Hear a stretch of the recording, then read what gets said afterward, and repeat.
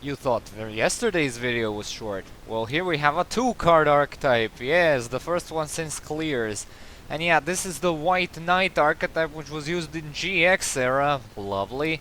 By Asuka Tenjoin when she was brainwashed by Sayu during Season 2. And oh boy, yeah, let's just get into it, shall we?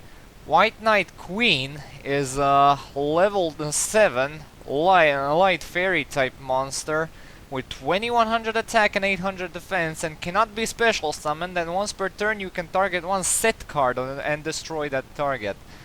Not only is this a level 7 monster in an archetype that, well, has no low level monsters to speak of, and also it cannot be special summoned, but her actual effect is so horribly outdated that it, well, unless you're playing in an anti-spell fragrance deck, it's not good. Just, well, you just ask yourself, what the hell? I mean, also her stats are terrible, and she's also a light monster for no discernible reason, because thematically it's supposed to be a water monster since it's an ice monster and all that, and yeah.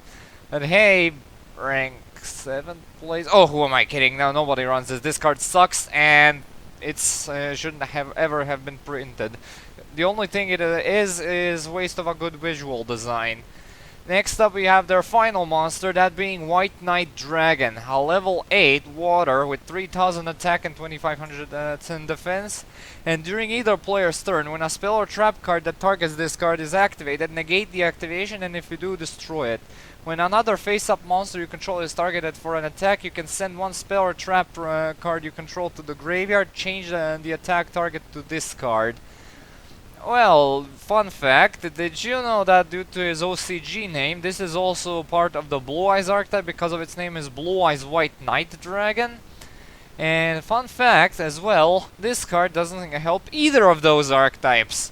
Well, first of all, okay, he does have decent targeting protection, only on spell or trap cards, because we couldn't have been bothered to insert monster effects in there as well, because those are more relevant now. Its attack redirecting effect is horribly slow and way too costly. It specifically requires you to discard a spell or trap from your field in order to redirect the attack, other than saying like your opponent cannot target other monsters for attacks except this one. And if you could, if it did have such an effect, then this card would actually be decent as a rank 8 enabler, and you can also perform an attack lock. So, but as it is right now, it's anime garbage if I ever saw one. Grades. Well, it's beyond obvious that everything gets a 1 out of 3 because this is a 2-card anime archetype that never should have existed, and yeah, none of the other cards that Asuka used in this deck were printed other than these 2 cards, so why the hell did they bother with these ones?